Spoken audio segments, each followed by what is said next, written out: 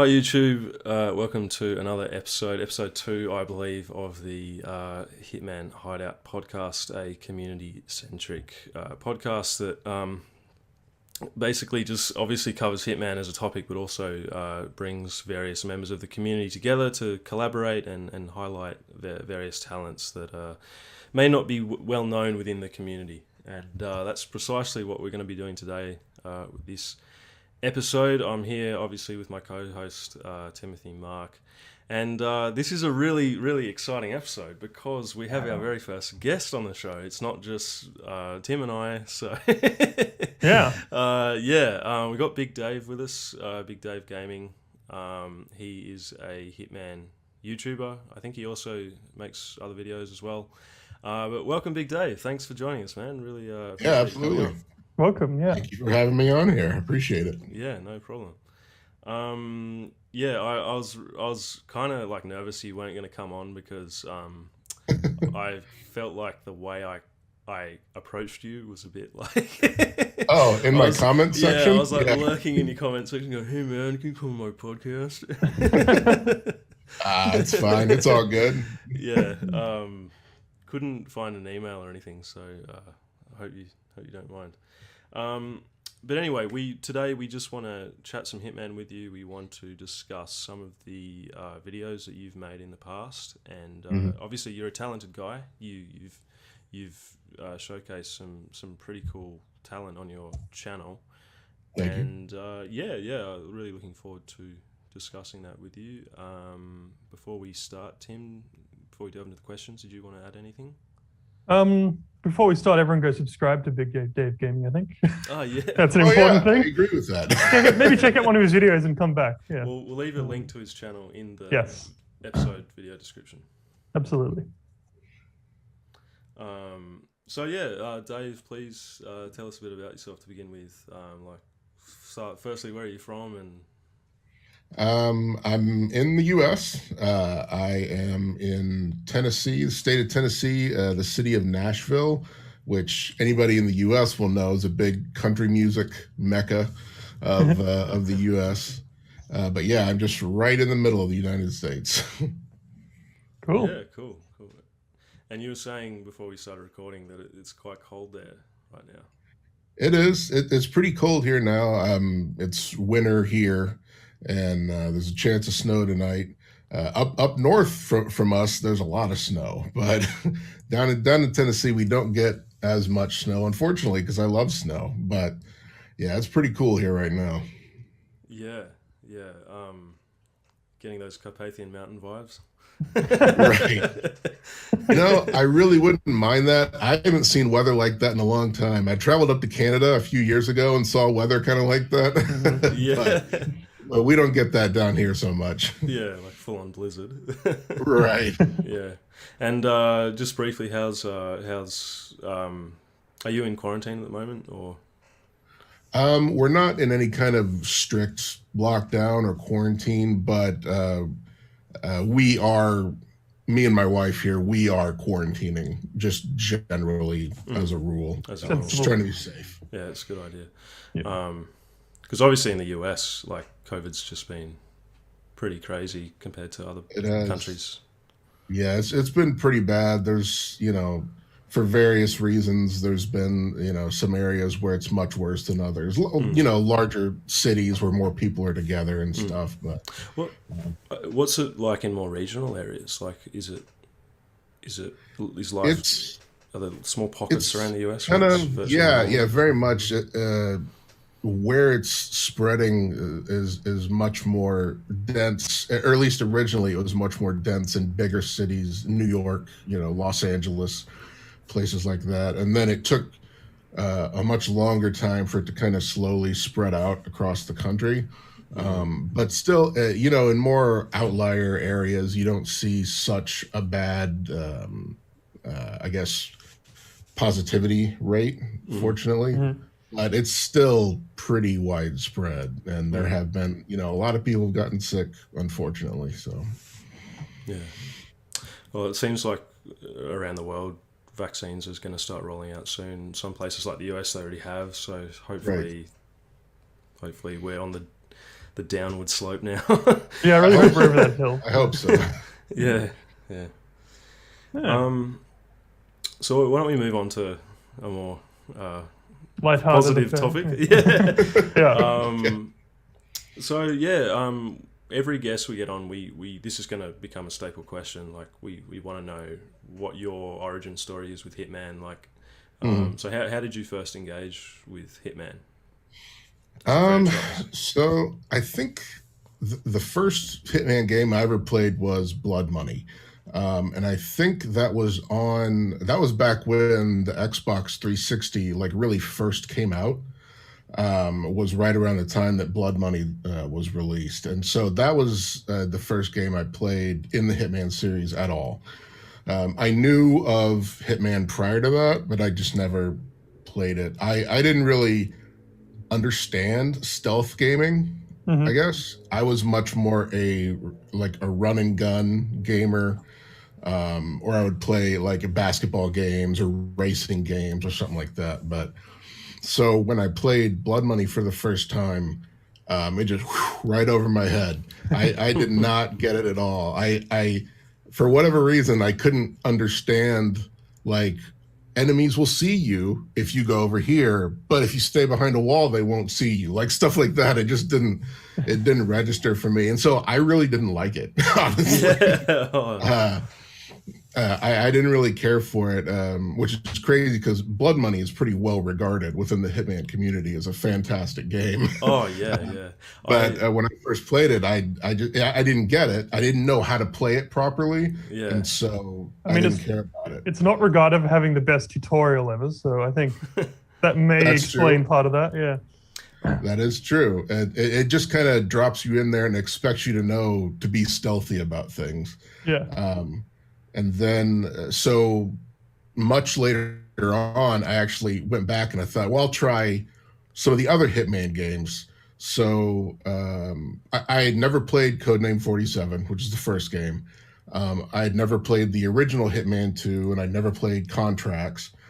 So I went back and I thought, well, okay, well, I'll try Hitman 2, the original Hitman 2, thinking somehow that would be easier to play than Blood Money, which it very much is not. In for a rude awakening there. Right. Sure. And, I remember some of the great levels in that game, but I definitely did not beat that game. Yeah. And it wasn't until Absolution came out, and I think it was...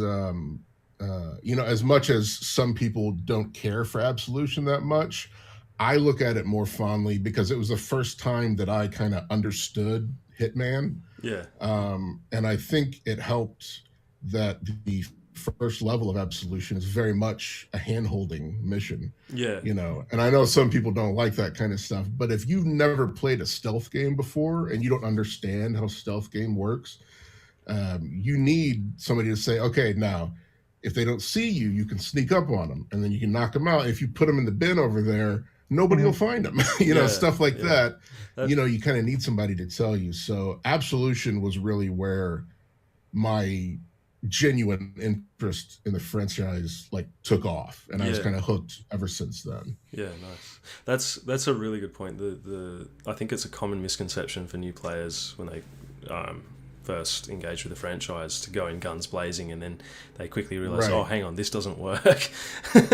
Or I'm going to be severely, punished with my rating, end of mission rating, if I keep doing this. And those older games, the older games prior to Blood Money are punishing if you don't do everything right. Yeah. I think they just assume you know what the game is and then throw you in. I think with Hitman Silent Assassin, that was the first Hitman game I ever played. And I always thought that game, as you say, comparing the difficulty between, say, Blood Money and Silent Assassin, I always thought that Silent Assassin was just really, really difficult. But then once you analyse the mechanics of the different games in the franchise, particularly when you compare them to, say, the mechanics of Blood Money or even the latest trilogy, a lot of the stealth mechanics or a lot of the AI mechanics in Hitman 2 Silent Assassin are just broken in a way. Right, You know, sure. like, you know, sometimes the enforcers in that game will just start, even if you're wearing a disguise, you're not acting suspiciously, you're in a completely acceptable area of the map, they'll still just start shooting at you for no reason. I think it's running. Like back then, even like running was considered a suspicious action. Yeah. No, it totally was. They'll take you out if Yeah. you jog by. Yeah, but sometimes they'll just start shooting you even if you're not jogging. Like it's almost random. It's like proximity or something as well. I don't know. Right. Yeah. It's a game. Yeah. Yeah. So was Hitman your sort of introduction to stealth games in general? Did you branch out any other stealth games after that? You know, I played Metal Gear Solid. I enjoyed the first Metal Gear Solid a lot. And playing that also kind of helped me figure out what to do, because that was another game where you know, I thought, oh, you go in with a gun, so obviously you're just supposed to run around and shoot people, you know, and you know, that was another game where it kind of teaches you, oh no, you know, hide around the corner, peek around and look at that guy, and when he's not facing you, just sneak by. You don't have to kill that guy, you know. Yeah. Stuff like that. And so I've always been a fan. I've played all the Metal Gear Solids, they're great. And of course, Splinter Cell. I love the Splinter Cell games, another, you know, classic stealth franchise. So and then, you know, even now the Assassin's Creed games, which I feel like don't really focus so much on stealth gameplay anymore. No, not really. But I still try to, like, when I play an Assassin's Creed game, I'll just start it and I'll go find a fort or a base or something, and I'll try to stealth, you know, sneak into it, take care of everybody, and steal all the treasure. That's how to do it. That's great. Even if that's not part of the storyline, that's how I want to play it. So, but yeah, I love stealth gameplay for sure. Have you played Assassin's Creed Unity? Because they have quite a few kind of Hitman-esque actual assassination missions, which I think lots of the other games haven't. Maybe Syndicate does as well, but it's probably the closest thing to a Hitman Assassin's Creed game available. Yeah, maybe so. I remember I played both of those when they first came out, but it's been, you know, several years, I think, now since I played them. I got the newest one, Valhalla, when the new Xbox. I was able to get an Xbox Series X when it on launch day, which was very lucky. Very lucky. I stayed up a long time refreshing web pages to be able to get that purchase. Like 5 screens. Right, exactly. And so I got that because it was a launch day game, and it's Assassin's Creed, and it's very not focused on stealth at all. But that's okay. I mean, obviously they can do whatever they want. Those stealth elements are still there if you want to do them, but it's much less focused on that, which is fine, I guess. Yeah, I with the Assassin's Creed franchise, I played the first one back on Xbox 360 back in the day, and I think I started the second one, which is allegedly the best one, but I never finished it. I didn't get into it, but I'd like to replay that game to its full extent. And then I played the third one, but then kind of lost interest after that, because I just read the games went downhill after the third one. Oh no, sorry, Black Flag was allegedly really good. that was the fourth one. That one's I was gonna say, Black Flag was good. Yeah. Part 4 was good. Yeah. So sorry, going back to stealth as a genre. So what aspect? What do you think your interest or your enjoyment of stealth is? That what's made you stick with the Hitman franchise? It's definitely partially that, and also because I think, you know, in a certain way, Hitman is very much a puzzle game, where, you know, you have an inventory that's got your collection of, you know, 100 items, and you can bring in 3 of them or whatever. So I can bring in these 3 pieces of the puzzle. I can get in here and I can look at my map and know what the puzzle looks like, and I can see pieces scattered all around, but how can I get it to work, you know? And the fun thing is all the different ways you can get it to work using all the different pieces of the puzzle. You know, and even beyond, you know, when you go into any particular map on any of the Hitman games and there's like 1,000 challenges, you know, or whatever. And even you can even come up with things beyond what those challenges let you do. And I think really that's one of the things that drew me to speed running, is that it's beating the level using your best puzzle pieces that you can in a way to do it as quickly as you can. And I love the way you can set your own rules as well, like Right. No knockouts or whatever. Yeah. I feel like there's so many layers to that puzzle game. There's sort of like when you first start out, you might run around shooting a few people, but you might sort of figure out, oh, I can maybe solve this mission story or something. And then the layers slowly build up where you learn to get silent assassin. And I feel like one of the final top level ones that lots of people get to is actually, speed running, because it is emphasized in the game with the leaderboards and the time is clearly displayed. So I think, you're completely right when you say the game is a puzzle game. I think the designers would like you for saying that as well, because that's often debated. But I definitely think it's a puzzle game. I remember in the NoClip documentary, met the level designer of the bank, New York. Yes, have you seen the NoClip documentary on Hitman, Dave? I don't think so. Oh, dude, you got to check it out. It's so good. Okay. Obviously, it gives a behind the scenes, documentation of how. I think it was more Hitman 2 they focused on, but they interview heaps of staff members of IO Interactive, and one of them's this level designer called Matt, who I don't think works at IO any longer, but anyway, she was a key designer on New York, the bonus map, and she described Hitman as being a puzzle game. I love New York. That's one of my favorite maps. Oh, so good, I agree. It really takes it back to the more condensed single target. Right. They do levels. so much with a small space. Yeah, precisely. Yeah. The design of that level is probably in the top 3 levels of the trilogy for sure. So what are your overall thoughts on Hitman 3 now that it's finally out? I think for the most part it's pretty great. Obviously, there's some bugs and glitches, like with any new game, that they're gonna, I think they just announced they've got an update rolling out at the end of February. Yeah. So hopefully there'll be some things that they fix. But yeah, it's got a good variety of gameplay. Obviously, spoilers, the last level is very different from any of the other previous levels. Which is fine. I actually always thought it would be fun to try playing on, a train or something like that. I guess the closest thing we've had in this particular trilogy is the very, very first like a linear level where we have the fake yacht. ICA facility level.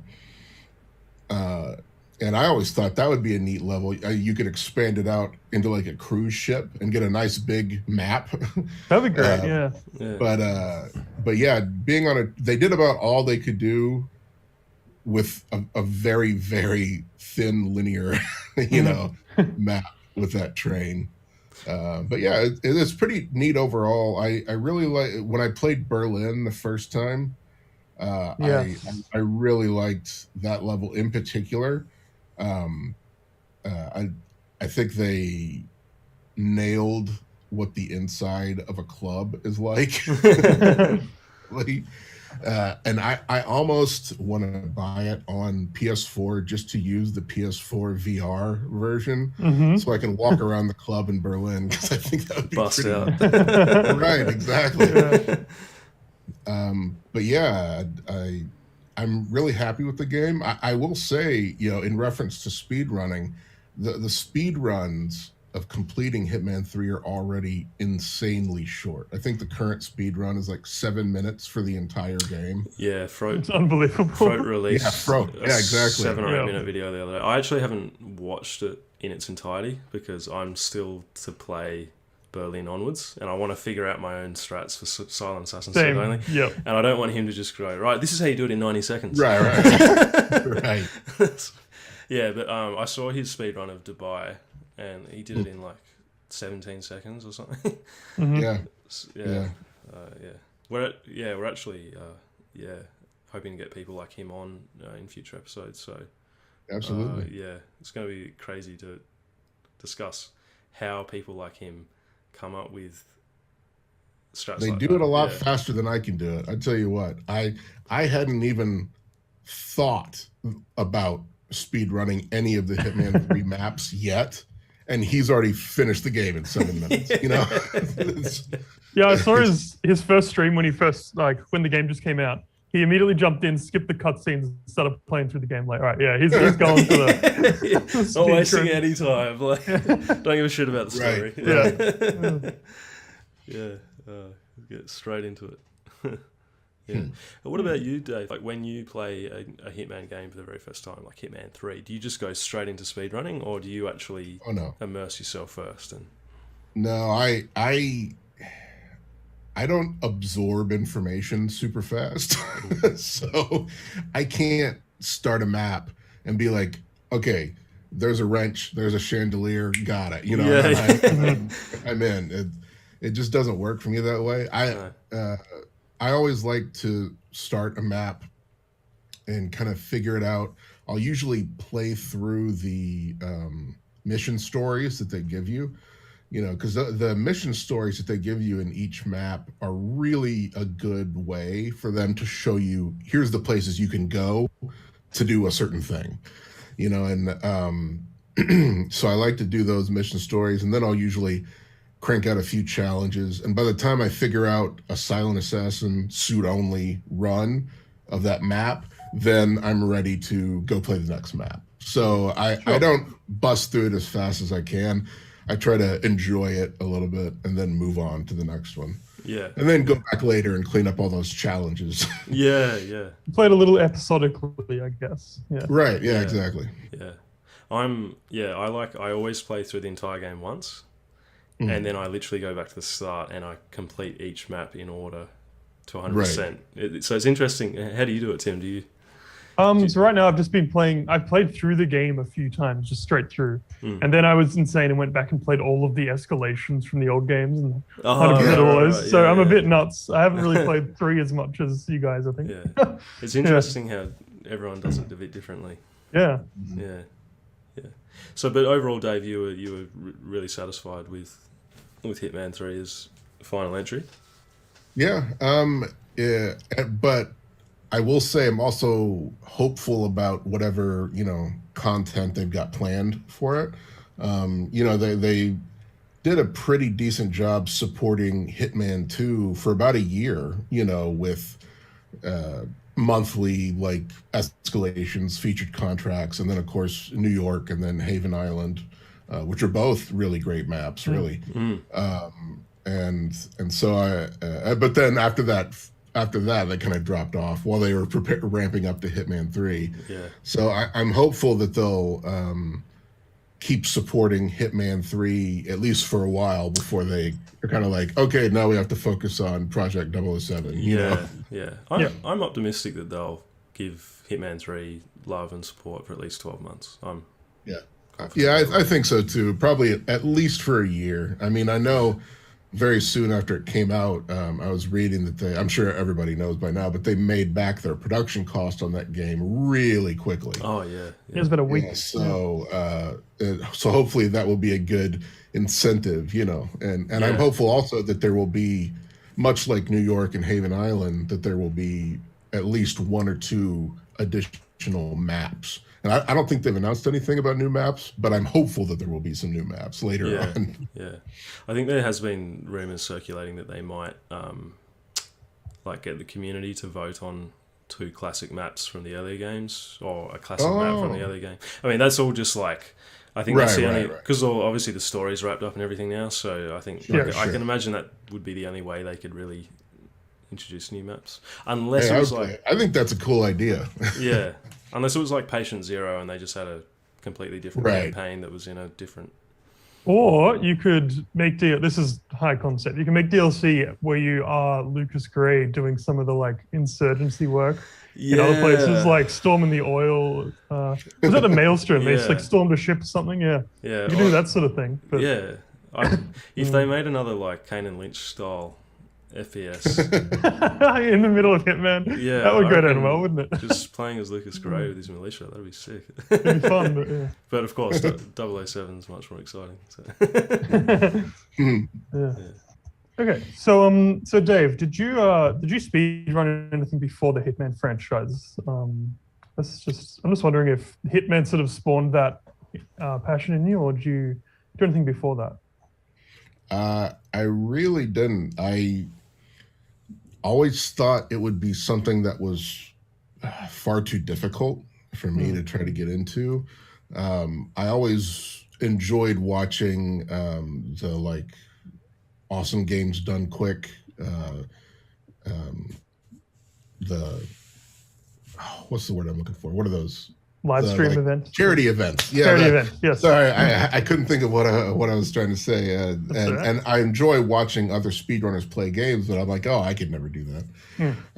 And I originally was not even doing Hitman speedrunning on my channel. I started just doing kind of like, here's how to do Silent Assassin on this level or that level, and I wasn't getting many views, which was fine. I kind of understood it because there are so many people, great content creators like Mr. Freeze 2244. He makes all these great like how-to videos for all the challenges and all the Hitman games. And I'm not trying to compete with that, and I don't want to. He does a good job. So I just came across Hitman on the speedrun.com. And I was like, all right, I'll just look at this. And I was like, how are they beating Paris in 28 seconds? I don't understand that. And on speedrun.com, they'll let you watch. You have to upload a video as proof. And so you can actually see how people are doing it. And I thought, oh, well, I can try that. I mean, even if I can't do it, it only takes me 30 seconds to try. And I realized that I could replicate some of the things that they were doing. And from that, I realized, well, I can take some of those things and try different things. I can try doing this a different way, and once I started being able to do that quickly, I uploaded some of those videos and they started getting consistent views, not a lot of views, but consistent views, and so it just kind of went from there. And I started doing the featured contracts, and like I'll speed run the last levels of the escalations.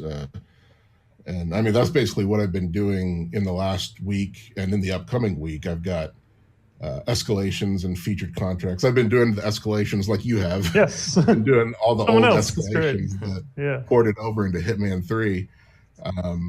But yeah, Hitman was basically the only thing that I've ever speed run, and even doing that, I've only been doing it for I started about a year after the first Hitman came out, so 2017, 2018, sometime in there. And it's fun. It's a fun way to extend the life of the game past what you might normally play, because you're basically giving yourself, a challenge. And of course, the leaderboard is there on everything you do. You can see what other people are doing. Now, I know it's console specific, which is actually good because there's no way I could compete with PC speedrunners. No, no chance. Yeah, it's fun. I've enjoyed doing it, but I've never tried it on any other game before. How long does it, like, if you do a featured contract on average, like how long do you think it takes you to come up with a good strat? Well, I just did, let's see, what was the one that just came out? The the new one in Dartmoor. They just released a new one in Dartmoor. The Baskerville something or other? Yes, yeah. Baskerville Barney. That's what it's called. Yeah. And so I finished it just to finish the escalation, not trying to speed run it. And then, I kind of looked around what other people were doing. I looked at, like, Mr. Freeze gave his walkthrough of it and stuff like that. And usually, if I can't figure out something, that's what I find is fun to do. Look how this guy's doing it. Look how they're doing it. Well, how would I do it? And then you create a strategy using all the information you can gather from basically everybody, which is another reason I think speedrunning is kind of cool, because it's kind of a community thing. If I figure out a trick, I want to tell people about it. If I've never seen it somewhere before, I want everybody to know so they can do it too. Yeah.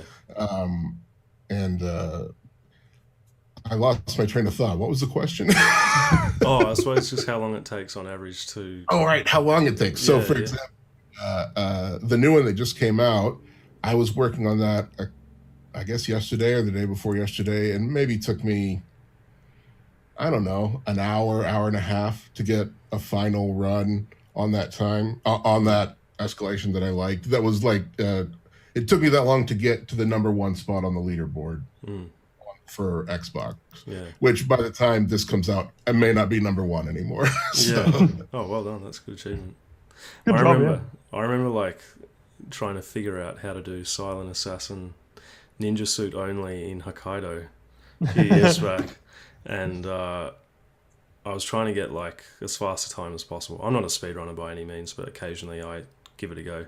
And man, I was there for like 6 hours, like a long time, trying different things. So I can imagine it. Some featured contracts are trickier than others. So for sure. Yeah, for sure. Yeah.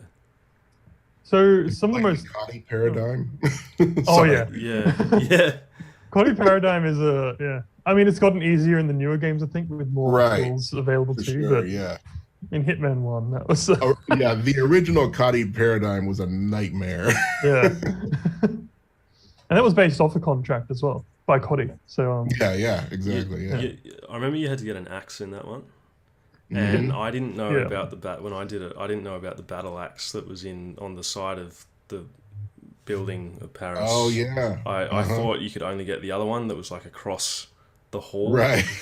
So that added this extra layer of difficulty, and then I finally realized there was a battle axe in the same room. So I spent like that's 2 the hours. great thing. You got to utilize the Hitman Maps website. Yes, definitely. Yeah.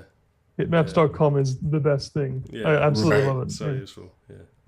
They got those Hitman 3 maps up a lot faster than I thought they would be able to. I didn't realize that. Right. Jeez. Yeah. That's quick. Yeah, I'm on their Discord and they're just messages flying. They're doing all sorts of work. They're so quick. Yeah, they've even drawn up, because there's no in-game map for Carpathian Mountains. Right. Someone drew up the train and like all the little details. And they're going to map it as well, I think. No way. Nice. Yeah. So some of the most popular videos in your channel are the tips and tricks videos for Hitman. So what sort of inspired those videos, and how did you figure out what to include in those videos in the first place? Well, it's, like I said, there are other people, there are more talented people making how-to videos for Hitman than me. But I, after watching a lot of those, and especially after starting speed running, I realized there was some kind of just simple things that most people may not know about. The unique ways you can distract people, or deal with cameras or get through areas. And so that's kind of what I did. If I saw something that I was doing a lot in Hitman that I hadn't seen somebody else go over in a video before, I was like, oh, well, I'll talk about that in my video. And the last one that I did back after Hitman 2 came out was specifically geared toward speed running. So it was actually tips and tricks for speed running that can help you, manipulate people to do certain things, and get through areas quickly, where the average player who hasn't tried that kind of stuff might not know it. And so, those ended up getting a lot of hits for me. Those probably the most views on my channel are those tips and tricks videos. Yeah. And really, I should think about doing one for Hitman 3. But it's on the books. Is that a planned thing, or are you just sort of maybe? I don't have a plan yet, and I think it probably would be too early because the game just came out and they're already going to be rolling out an update. And the problem with those tips and tricks videos is, like, if you go back and look at the very first one I did, half of that stuff probably doesn't even work anymore because it's been changed in the current iteration of the game. So I would probably wait a little while till the game kind of solidifies into more pretty much what it's going to stay as. That's a smart idea. Yeah. Something I really like about the tips and tricks videos as opposed to some other walkthroughs, because lots of the walkthroughs on YouTube are they're about how to do this escalation, how to do this mission. But the tips and tricks video is great because it helps you with a sort of base knowledge of the game, which I think is it goes really well as sort of a side with the game, in that you can apply that knowledge to other places that isn't just a single mission.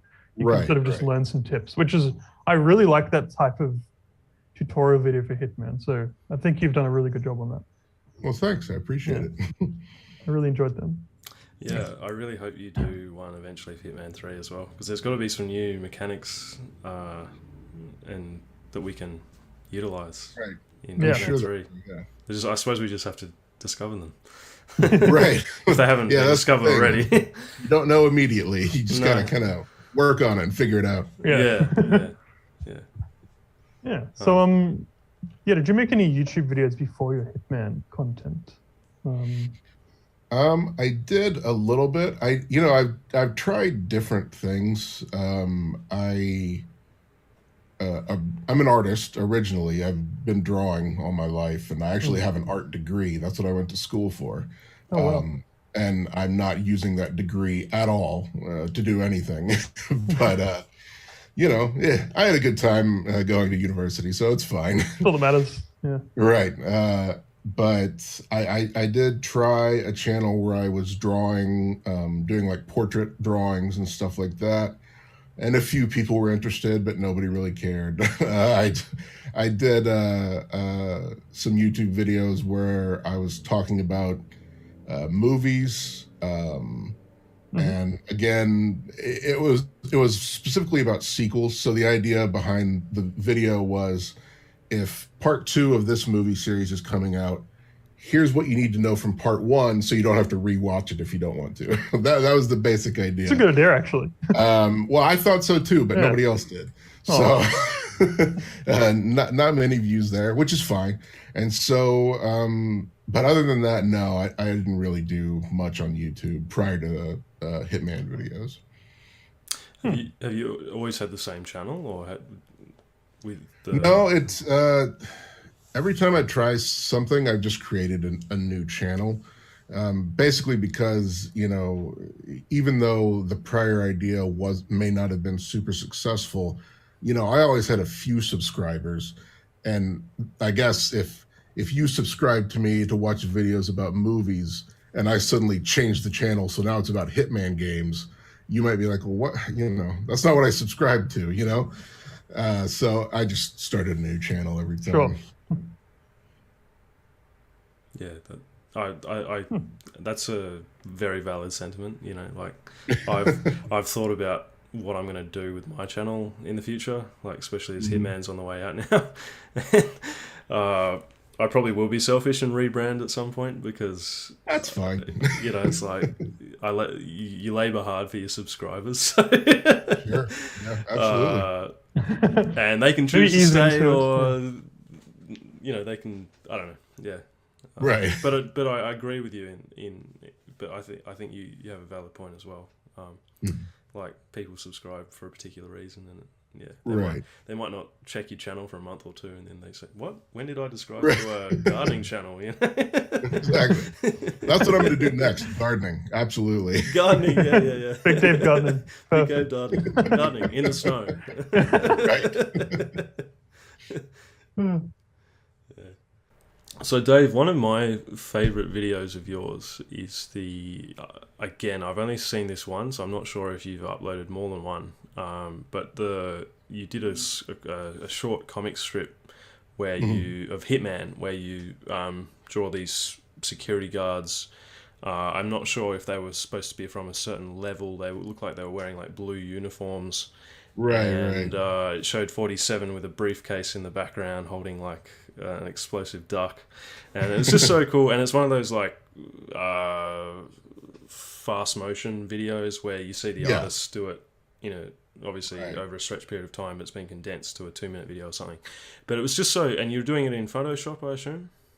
Yeah. I have like a drawing tablet, a Wacom drawing tablet that I use, but it's in Photoshop. I just use a stylus to draw with. Yeah, right. We'll put a clip up of the video so people know what we're talking about.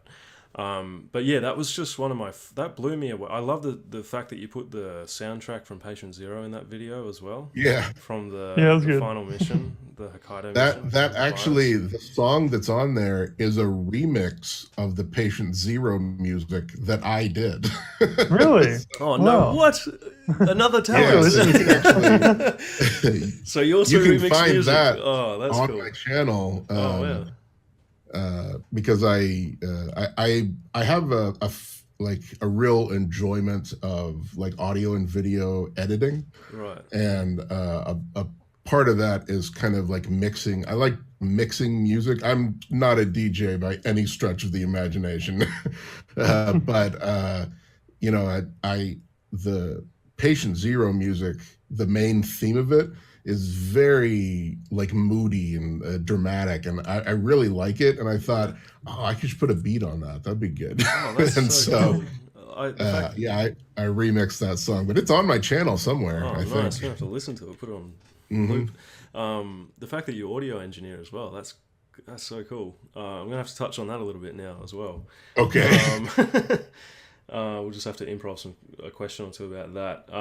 So my initial question with the comic book art was going to be, do you do it professionally or is it just a hobby? But you stated earlier in the podcast already that you did an art degree at college. So, or university. If it makes you feel any better, I did a university degree that I no longer use either. So Hey, all right. it happens Nice. to a lot of people. I don't think there's any shame in it. So I think,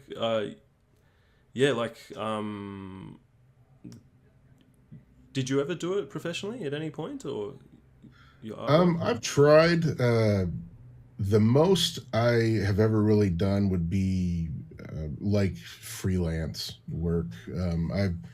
I've done some like product labeling, like creating product labels. I've done some ad design, like magazine ad design, and then off and on I've done like portraits. If people want portraits, I do like black and white hand-drawn portraits, and that's pencil on paper. That's not with a drawing tablet, because people want like something physical. So I can do portraits of people or their animals. Sometimes if people have a pet that's passed away or whatever, I can draw a picture of their dog or something, and they might like that. But other than freelance kind of side work, I've never really done it professionally. No. Yeah, wow. Oh, that's really awesome. So it's not just comic book art you expand out to all. Yeah, I do. When I'm drawing, like seriously drawing, it's more realistic style. But the comic style drawing is more fun, I guess, because it's quick and it's easier, obviously, because there's less detail in it. But it's more it's easier to get like a quick finished product. And then you have the layout aspect of it, making everything fit in a square, and then here's the text, here's the word bubble. And that kind of taps into like my graphic design sensibility and laying it out and everything. So yeah, it's a lot of fun. I enjoy doing those comics. I wish I could come up with more ideas for them, because I feel like a lot of people like reading them. But I've only done about 5 or 6 of them so far, ever, over the last several years. Wow. They seem quite popular on the subreddit though, so yeah. I like posting them on the Hitman subreddit. People seem to enjoy them there. Yeah. My next question was going to be, have you ever done like a full page or something? But it sounds like you've only just done those little... Yeah, I've never done what would like be comic book style, where you have like a full page that you can turn stuff like. I've never drawn anything like that. It's always very much a self-contained thing where you just have like 1 or 2 squares and everything happens within that. That's still like so cool though. May have to commission you to do some artwork, some promo artwork for the podcast. Sure, absolutely. Because I was a huge fan of that work you did, and I'm gonna have to try and find the others that you've posted to the subreddit. Because all the comics you should be able to still find on the subreddit. I only ever did that one video though. That was, I think, maybe the 4th or 5th one I drew. I decided to record while I was drawing it at the same time. Yeah. And just to kind of, if anybody was interested in seeing how I put one of those together. So. Oh yeah, I'd encourage you to do more of those, because I think like no one else is doing that, and I think it's just, and it's quite relaxing to watch you do it as well. Like it's quite, in a weird way, it's kind of soothing. Nice. And as someone who isn't an artist, it's interesting to see how digital art is a little bit different, because you can, like when you sort of pick up 47 and sort of like change his like, you sort of change him a little bit and sort of move things around, and it's really interesting. Yeah, I really enjoyed watching and learning a bit. Yeah, it's really cool, and just the way you utilize all the tools in Photoshop as well. Like there were bits where you'd like particularly when you had the 2 guards in the foreground. And then, sorry, not 007, 47 was in the background. And I just noticed that you moved the guards around a little bit and changed the perspectives. And, I really enjoy Photoshop. I've been working in Photoshop almost since it originally came out, like whatever, 20 or 30 years, like a million years ago. I don't know how long, whenever Photoshop first came out. But I was really fascinated by it. Originally, because this is all the way back when I was in school, I was like, oh, I can take a picture of myself and draw a lightsaber in my hand, really glowing and everything. And so that was my original interest in Photoshop. But now that I've learned it and used it for so many years, it's a really fantastic tool for me, being able to tweak, like you were saying, just tweak individual elements and get them exactly where I want to be. To get the perspective exactly right. It's just a different way of doing comics. It's really fun. Yeah, because I'm like Tim. I don't have any artist skills at all, and I think that's always because my brain is wired to not be able to interpret images in my head visually with that amount of detail. And I think to be a good artist, you have to have that natural talent or that natural ability built into your mind. And only certain people seem to have it, and I think you've definitely got it, because the stuff you produce is like really, really impressive. I even really like your YouTube thumbnail designs. They're very clean and well made. I just wanted to mention that briefly because they're quite good. And your channel. I spend time on that. I try to do those and make them look. I don't like just like dirty, like quickly thrown together graphics, and you don't even have to spend a long time. Just take, half an hour. Just I'm guilty of that. PNG image on a screenshot. Right. But it doesn't take too long to make a good looking thumbnail. But I like nice, clean looking thumbnails as well. Yeah, they look really great. If you did like a tutorial video on how to do good thumbnails, I think that'd be. I mean, I know there's lots of videos like that out there. I was going to say, surely somebody's done that already. But maybe in a Hitman context. That'll be cool. Maybe. And just before we move on to the final section of discussion, I just wanted to quickly go back to your hidden talent of audio engineering. That's really cool. What program do you use? And usually, let's see. I'm looking at my desktop right now. What do I have on here? There's a program called Sony Acid Pro. I think it might actually be an older program. It's not something I do a whole lot, so I don't. I've used Fruity Loops, and I've got Ableton. I've tried different softwares to see what works best. But a long time ago, when I first just started getting interested in kind of mixing music together, I used Acid Pro, and so that's just kind of what I've been using for years now when I want to try to throw stuff together. It's a little more basic, but it's got like beat mapping and stuff like that. You can make loops in there, and it's fun to use. Yeah. That's much more of a hobby. I don't do that professionally at all. Yeah. Sure. I used to have friends growing up who were into music production, and they used to use Fruity Loops and Ableton, and I think Ableton especially is very, very, very, very, very hard to learn. From what I hear. Very complex. Much like Photoshop, Ableton is the same way in that it's incredibly deep with what you can do. And so that initial entry point and the learning curve on those software can be very steep. But if you persevere with it, you'll eventually get there. But I imagine it's quite a deterrent. You open up Ableton or Photoshop even, and you're like, I have no idea what all this crap is. So, Quickly, knowing, because Tim and I, last episode, we were discussing the soundtrack, the overall soundtrack to the World of Assassination trilogy, and we were kind of using all these amateur terms to describe the music, and so I was just wondering, since even though you're not technically as you stated, a professional audio engineer, but you still obviously would have a lot more musical knowledge than Tim or I. I don't know about that. I don't know if I do. Do you? What did you think of the overall soundtrack? Are there any pieces of the soundtrack from the trilogy that you've wanted to remix aside from Patient Zero? Yeah, for sure.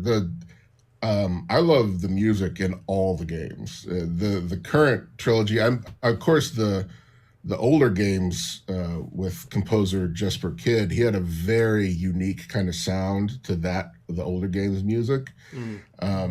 And the newer games are much more, I would call it almost like a theatrical music, like more like an orchestral score. But there's some really, really great themes, other than like even the Patient Zero themes, which I really like. The bank has really good music, particularly when you go up in the main office in the very top floor. There's like a really nice like violin theme that's real haunting when you're up in there, and it's really great.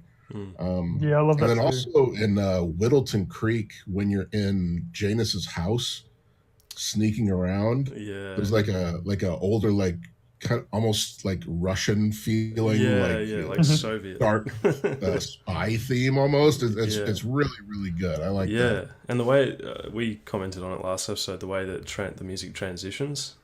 Yes. Between different dynamic transitioning. Dynamic transitioning. So and I imagine that's hard for them to do, because you basically have to write music that can successfully be layered up or scaled back down as needed, like on the fly. I assume that's got to be really difficult, so I imagine it's a lot of work for them to do that. Create that seamless transition on cue. Right.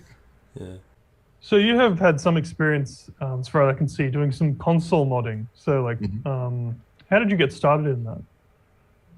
Well, originally, and this was a long time ago, this was, I want to say back in 2005, 2006, I was working at a store here, and you guys may have similar stores where you're at, but there's stores here that like buy and sell used video games, used movies, and stuff like that. it's less so now since a lot of stuff is digital, but there used to be a lot more of them around here. And I was working in a store like that for a couple of years, and we sold game systems, but we didn't sell them very much. And so I thought, well, what if I put lights in it? That would look cool, and I was like, I know how to put lights in a computer, but I don't really know how to put lights in an Xbox.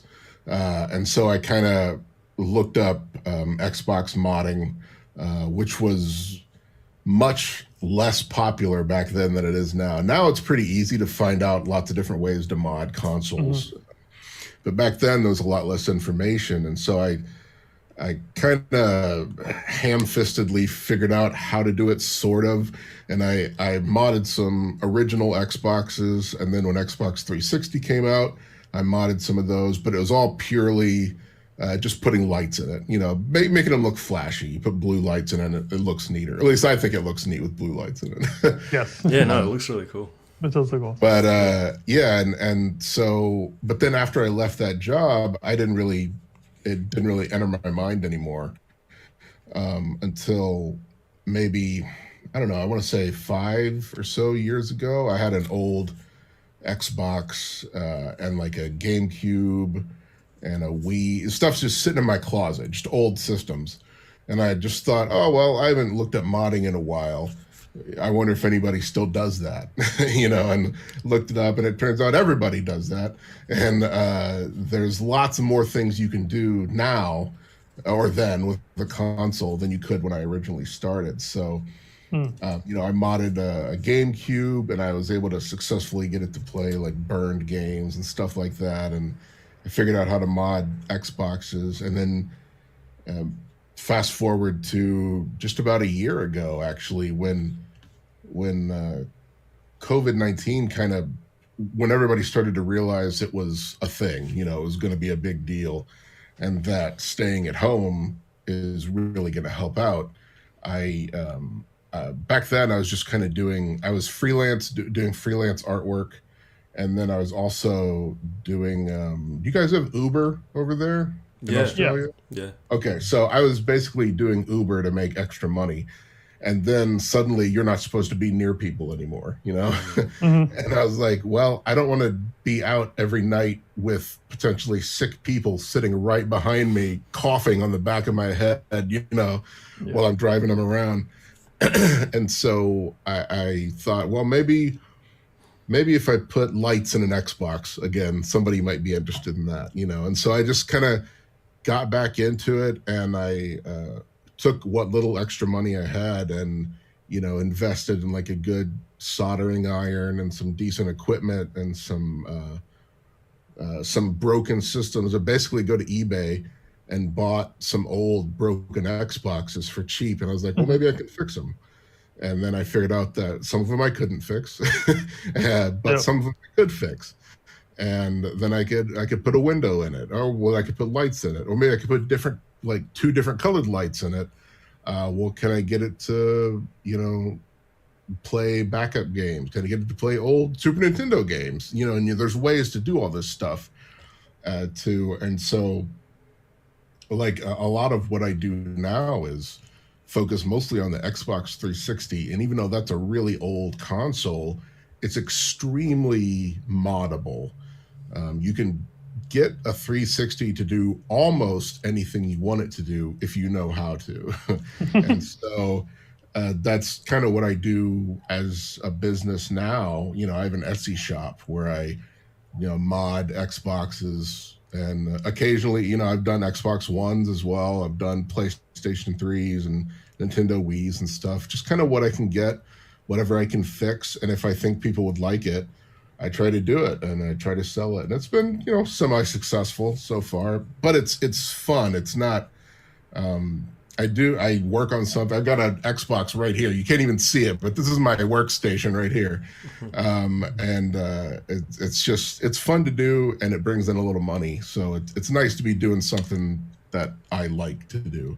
Hitman 3 speedruns don't bring me any money. So we'll put a link to your Etsy shop in the video description. Oh, thank you. Sure. Yeah. I'm looking at a really Yeah, shout out to the Etsy shop, absolutely. Go check it out. Some good stuff on there right now as well. And right now I'm looking at a one of the Xboxes you modded. It's a Hitman themed one. It has this big cutout in the side of the 360. Right. There's a red glow and the Hitman insignia, the fleur de lis, in the middle as well. It looks amazing. So I'll probably put a picture of that on screen. I haven't seen that one. Yeah, we have to put it up. Yeah, that sounds really cool. So that shows. I thought that one looked neat. I didn't feel like anybody else did, but I thought it looked neat. I think I posted it on the Hitman subreddit, and people were like, "I don't care." Which is fine. Do you only currently mod North American consoles, or do you take international shipments? I honestly don't know. If you want to send me something, I could try to work on it. I don't know if there's any difference between a console you have and the one that I would get here, honestly. I still have an Xbox 360, so to have a Hitman version, that would be pretty cool. That would be great. Yeah. Do you have a technical background in this sort of thing, or did you just sort of figure it out on your own?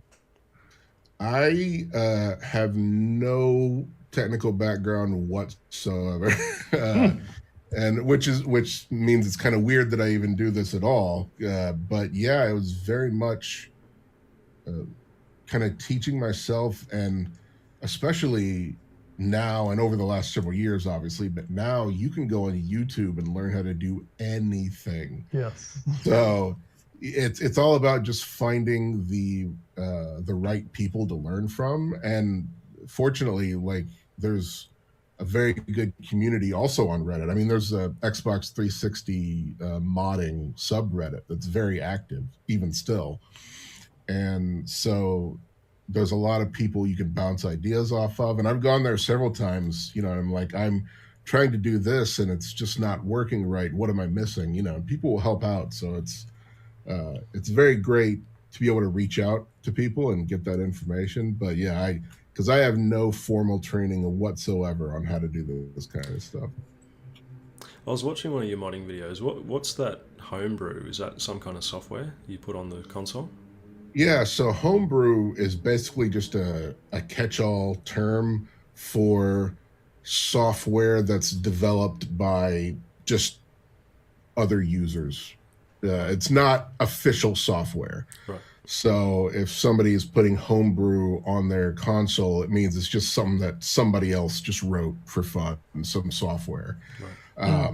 And it's not officially sanctioned by Microsoft or Sony if it's on a PS3 or whatever. Right. Yeah, so basically that's what homebrew is. It's software that gets your console to do things that it's not supposed to do, basically. Similar to speedrunning, it's a way to keep old things alive, I think. So, right. I've seen that in a lot of communities. Definitely. Yeah. That's a great analogy. When you're modding the consoles, what's your favorite part of it? Do you like installing the lights, or pulling it apart and fixing the little components, or just seeing the final product? Yes. No. It really changes day to day. Originally, what drew me to it was the cosmetic aspect of it, putting the lights in, putting the window in, like in that example, putting the Hitman logo on the side. Although I probably shouldn't mention that I sold anything with a Hitman logo on it, so we don't want to cut that out. I don't do that, IO, by the way. I don't sell anything with a Hitman logo on it. But yeah, it's because that kind of thing appealed to me, the artist side of me, putting the lights in there and seeing how cool I could make it look. But then, like you said, then there's the other aspect of it of if I get a console that is broken, being able to determine what's wrong with it and then actually fix that problem is also, it's pretty rewarding. If I get a console that won't even turn on, and then 2 days later, I've got a console that will completely turn on, will do anything I want it to do, and has flashing lights and all kinds of stuff. Yeah. It's kind of a rewarding process to be able to do all that, which is why I've been doing it for almost a year now, and have had fun doing pretty much every bit of it. There's sometimes you get some where you just can't, no matter what you do, it's just not fixable. I got a PS3 once that came from Puerto Rico after a hurricane, and it had been flooded. And so the entire inside and outside of this PS3 was just caked with like flood water muck. Oh, wow. Just disgusting awfulness. I did not get that PlayStation working. So but they're not all that bad. That's a valiant attempt by the owner, I must say. Yeah. Right. Must have been some important save data on that game, on that console to try and salvage. Thank you for sharing all those details with us, Dave, about your many talents. You are the living Big Dave complexity. Very talented guy, and that's why we were so keen to get you on, because obviously there's many talented individuals within the Hitman community, but there's not many that have 4. Bit of a polymath. Yeah. 4 very, very cool and impressive talents. So, thank you so much for sharing all that you have with us in this episode thus far.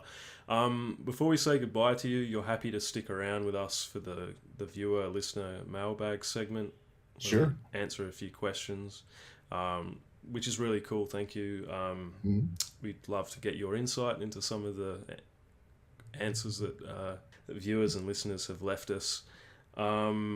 So before we do that, let's just quickly plug your YouTube channel and your Etsy store. Do you want to give us the name of your YouTube channel again? Sure. And the name of your Etsy store, and give us a quick rundown of what they're about?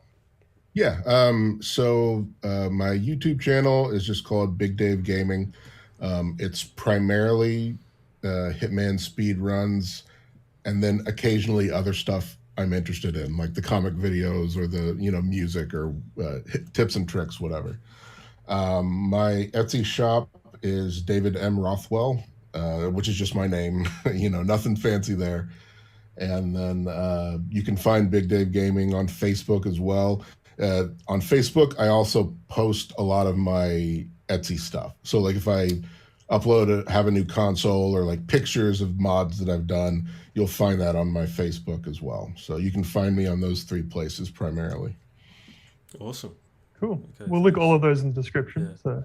All right. And, thank you. And particularly with Dave's YouTube channel, we've left a link to all those platforms of his in the video description. Make sure you head to his YouTube channel, subscribe, show him some love, because it's certainly well deserved.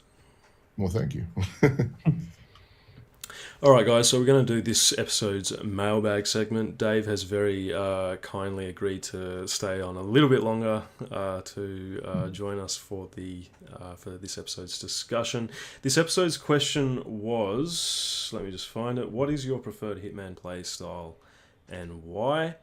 So we got some great answers this episode, as we have done in the past with our first 2 episodes.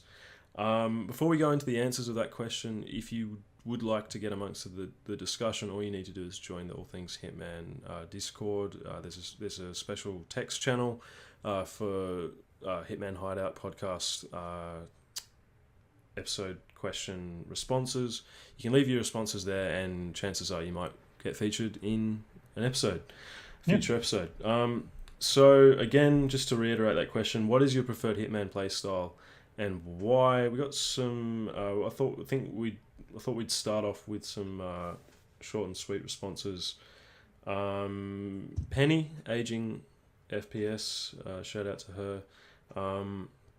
I always go for Silent Assassin. Normally my playstyle is more classic, but I'm not beyond experimenting with assorted tricks and tools. I try to get the fastest route I can figure out, but keeping the classic style in brackets mostly. Mm-hmm.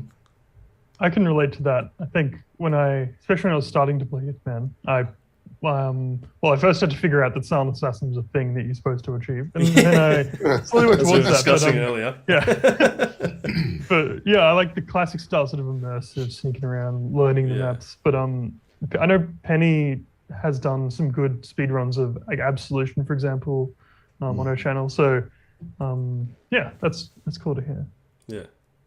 Did you have anything to add, Dave? Or? I am very similar, honestly. I always try to get silent assassin. It definitely does not always work, but I think playing it that way is kind of the way the game is meant to be played. They want you to sneak around, they want you to be silent assassin-y, and not really get spotted. But sometimes it doesn't work out, and you just have to shoot everybody. So, and it's a great way to vent after right, exactly, several things going wrong. It's like, right, I'm just going to go on a rampage now. That actually leads well into the next piece of listener mail. So we have Philip Ratko, who is actually now one of the head mod on the All Things Hitman Discord channel. So congrats, probably see him there. Yeah.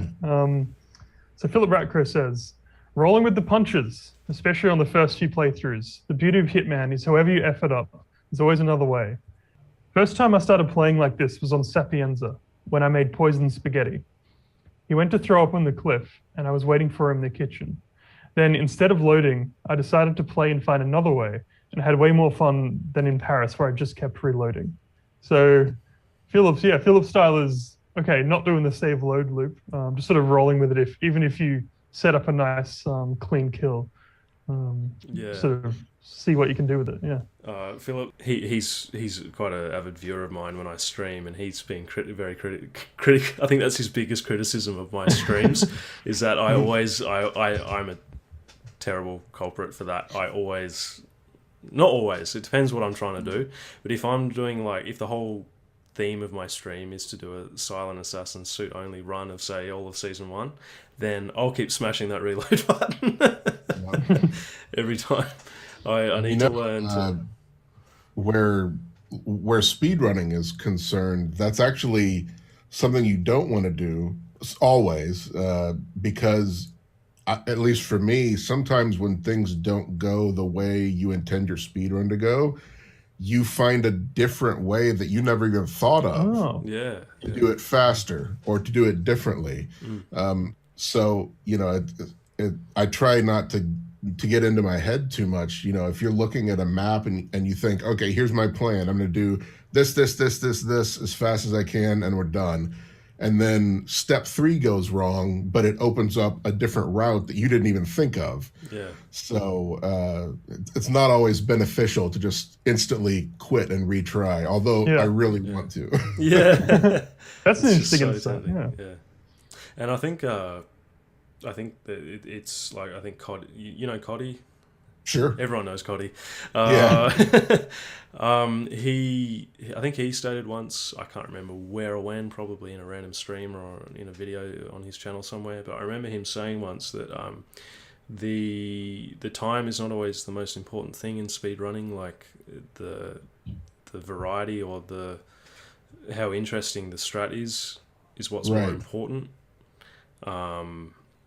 So I suppose by not hitting that reload button every time, as you say, you're potentially going to open up a new variant to the strat that might even make it more interesting and more entertaining. Right. You'll see in Coddy's runs where he does the speedrun charity events or the speedrun events, you'll see him talk about that a lot. Like, he won't always do necessarily the fastest route on levels. Just routes they'll be quick, but the more interesting ones he'll showcase more often. Yeah. I respect that philosophy when it comes to speedrunning. Definitely. Yeah. And it also just promotes that experimentation. Yeah.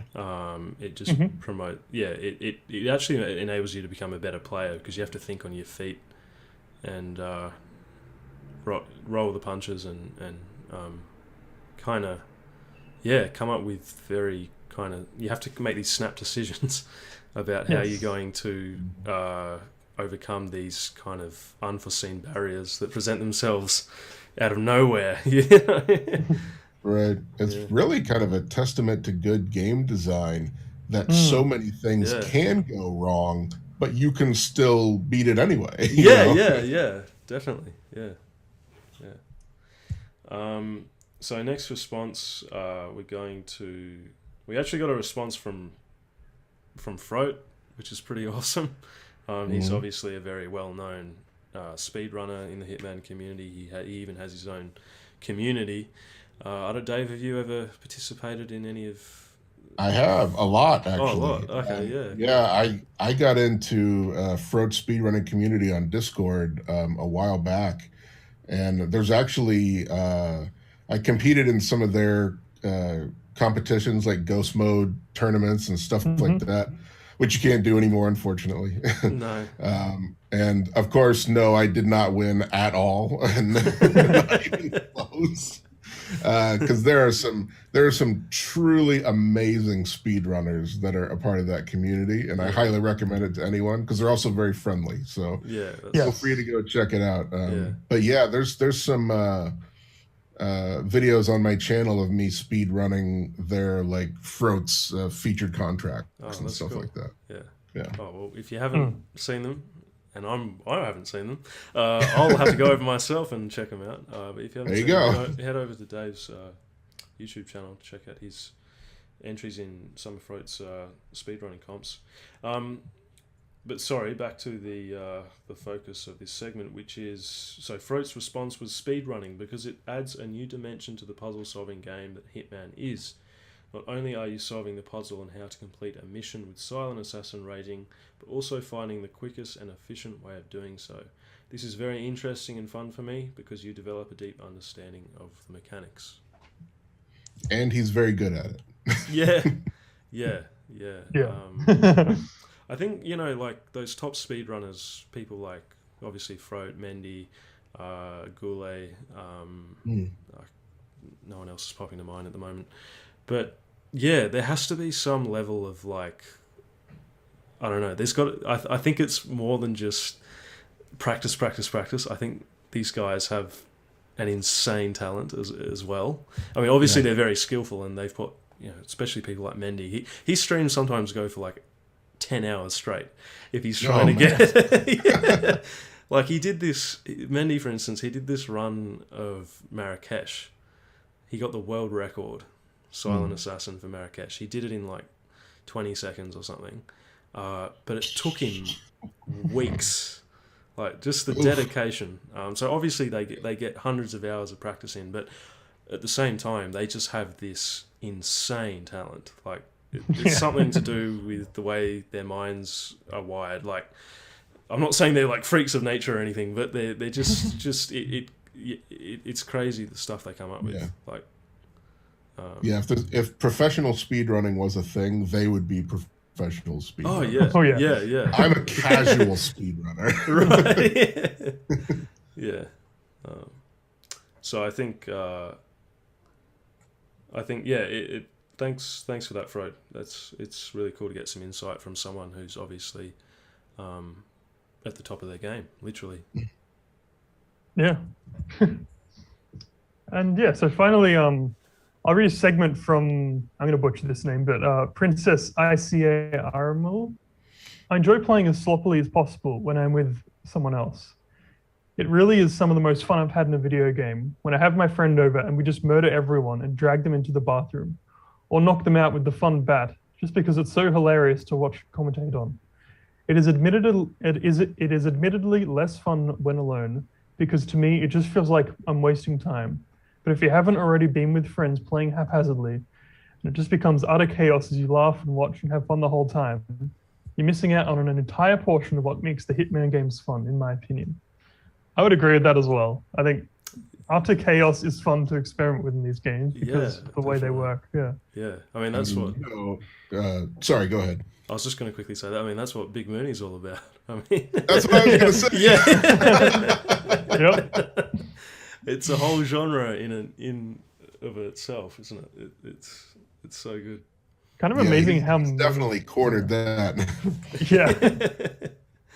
And it's kind of amazing how many play styles are possible in the games that are outside of the core sort of gameplay loop.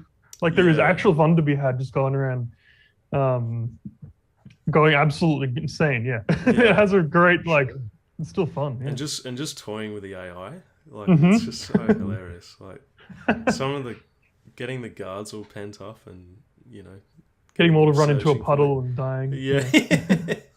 Yeah. Oh god, it can be absolutely hilarious. Yeah. Some of the stuff that happens, and some of the stuff you can manipulate. Yeah. So much fun. Yeah. And thank you for. Oh, sorry. Oh, I was just going to quickly say, and the dialogue as well is hilarious. Yes. Yeah, there's so many countless hours of dialogue in that game. Yeah. There's probably whole storylines that nobody's ever heard before. Yeah, because there's so surprising. much dialogue in those games. Yeah. Credit to the voice actors for like generic gods, because the amount of dialogue they must have to read is unbelievable. I wonder if most of it's just ad-libbed, or if they like. I honestly don't know. I imagine it would be. A lot of it would be, because the writers at IO aren't going to sit down and write 500 hours worth. It might.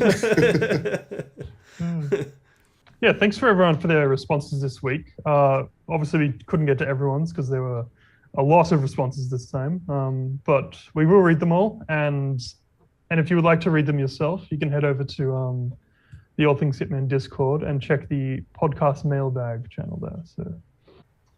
So that'll be the end of episode 2 of the Hitman Hideout podcast this week. What's the title again? The Big Dave Complexity. The Big Dave Complexity, yes. He's definitely lived up to that name, the complexity of his own mind and all credit, his knowledge. All credit goes to Dave as well for that title. So. Yeah, that's his creative. Thank you, Dave. Thanks, Dave. Saved us some legwork there. Yeah, and yeah, he's a very interesting person with lots of skills, as we saw today. So I really hope everyone watching this checks out his channel and his Etsy store and his Facebook. So we'll link all of those in the description. And thank you very much. And Dave, thank you so much, man, for coming on.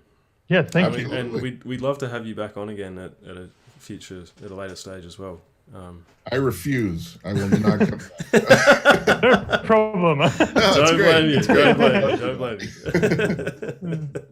Yeah. All right. So yeah, thank you. And thanks everyone for listening and watching. Yes. And don't forget to leave some feedback in the comments. We always appreciate some feedback. Oh yeah, be harsh. We're fine. All right. Signing off.